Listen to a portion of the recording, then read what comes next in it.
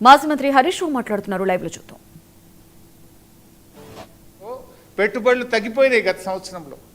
Industries సంఖ్య తగ్గిపోయినటువంటి పరిస్థితి ఉంది ఈరోజు ఈ రాష్ట్రంలో. అంటే ఇంత దుర్మార్గంగా ఈరోజు మారిపోతూ ఉంది.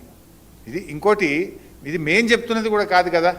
నేను స్వయంగా ఒక మంత్రి గారి కుమార్తెనే స్పష్టంగా చెప్పారు. ఏమని చెప్తున్నారు?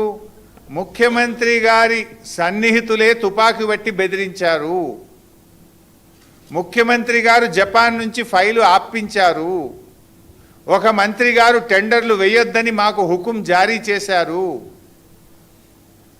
టెండర్ దక్కలేదని డిపార్ట్మెంట్నే మార్చివేసినారు. అంటే మొత్తంగా కూడా ఒక అరాచకం నెలకొన్నది రాష్ట్రంలో. ఇలా ఇంత జరుగుతూ ఉంటే బీజేపీ కేంద్ర ప్రభుత్వం ఎందుకు మౌనంగా ఉందో మాకైతే అర్థమవుతలేదు.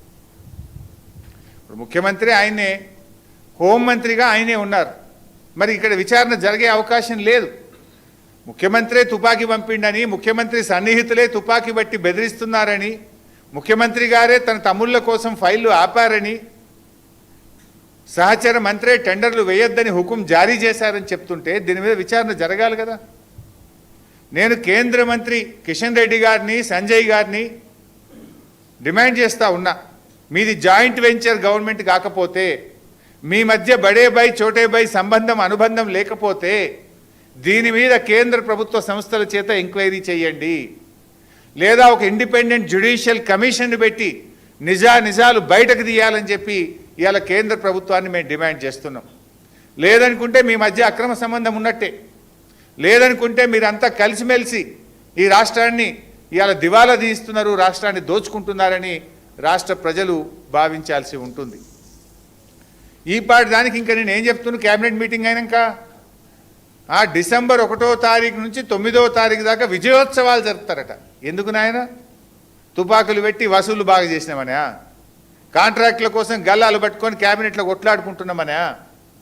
మంత్రుల మధ్య తగాదాలు పెరిగిపోయి రోజు వీధినబడి రాష్ట్ర ప్రజల పరువు తీసినందుక? దేనికోసం విజయోత్సవాలు జరుపుతారు?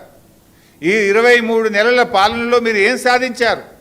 మహాలక్ష్మి పథకం ఇచ్చింది లేదు, పెన్షన్లు పెంచింది లేదు, పిల్లలకు ఫీజు రియంబర్స్మెంట్ ఇచ్చింది లేదు, ఓ చెక్ డ్యామ్ కట్టింది లేదు, ఓ చెరువు కట్టింది లేదు, ఓ ఎకరానికి నీళ్ళు ఇచ్చింది లేదు.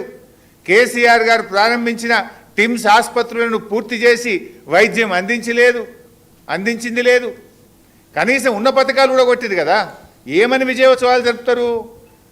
కేసీఆర్ గారు ఫీజు రియంబర్స్మెంట్ 20,000 కోట్లు ఇస్తే మేము 2 రూపాయలు కూడా ఇవ్వలేదు, పిల్లల చదువులు ఆగం చేసినామని జరుపుతారా? కేసీఆర్ కిట్ బంద్ చేసినామని జరుపుతారా? బతుకమ్మ చీరలు బంద్ చేసినామని జరుపుతారా? న్యూట్రిషన్ కిట్ బంద్ చేసినామని జరుపుతారా? దళిత బంధు పథకం ఆపివేసినామని తెలుపుతారా? గొర్రెల పంపిణీ పథకం నిలిపివేసినామని జరుపుతారా? హైదరాబాద్లో ఒక ఇల్లు కట్టలేదు కానీ హైడ్రా పేరిట వేలాది ఇండ్లు నేలమట్టం చేసినాం, పేదల బతుకులు కూల్చినామని చెప్పి విజయోత్సవాలు జరుపుతారా? దేనికోసం విజయోత్సవాలు జరుపుతారు? కట్టిన ఇల్లు పెట్టిన పొయ్యిలాగా ఈ రాష్ట్రాన్ని మీకు ఇచ్చాం. అద్భుతమైన రాష్ట్రం, పెట్టుబడులకు స్వర్గధామంగా ఇలా అద్భుతమైన రాష్ట్రాన్ని మీ చేతుల్లో పెడితే ఇలా ఆగం చేసింది కదా రాష్ట్రాన్ని. మీరు విద్యార్థులను, రైతులను, మహిళలను, నిరుద్యోగులను, అవ్వాతాతల్ని అందరినీ మోసం చేసిండ్రు. అసలు మీరు మోసం చేయని వర్గం ఏదైనా ఉందా? 6 గ్యారంటీలకు దిక్కు లేదు, 420 హామీలకు ఊసే లేదు. ఇంకా విజయోత్సవాలు జరుపుతాము, మేమేందో సాధించినాము. ఏం సాధించిండ్రు? దేనికోసం? ఇలా 2 పంటలకు